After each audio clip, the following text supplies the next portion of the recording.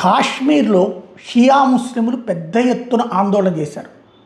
ఎందుకయ్యా అంటే ఖొమైనీకి మద్దతుగా ఇరాన్ మీద దాడి చేయొద్దంటూ. వాస్తవంగా ఇరాన్ మీద దాడి భారతదేశం సమర్థించట్లేదు, ఇరాన్ మీద దాడి చేయమని కూడా చెప్పట్లేదు, దాని మీద కామెంట్ కూడా చేయలేదు భారతదేశం. అక్కడ ఊచకోత జరుగుతోంది, అనేక మంది ప్రాణాలు తీశారు, వందల మందిని ఉరి తీశారు, కాల్చి చంపారు, దాడులు చేశారు.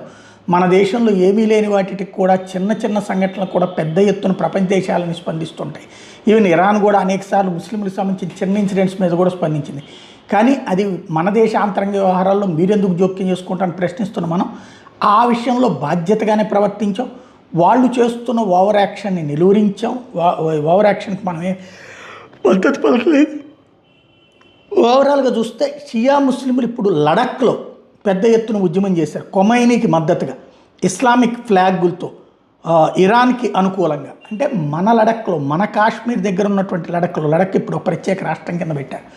అక్కడ షియా ముస్లింలు అక్కడ ఉన్నటువంటి ఖొమైనీకి మద్దతు పలుకుతా ఇక్కడ ఉద్యమం చేశారు.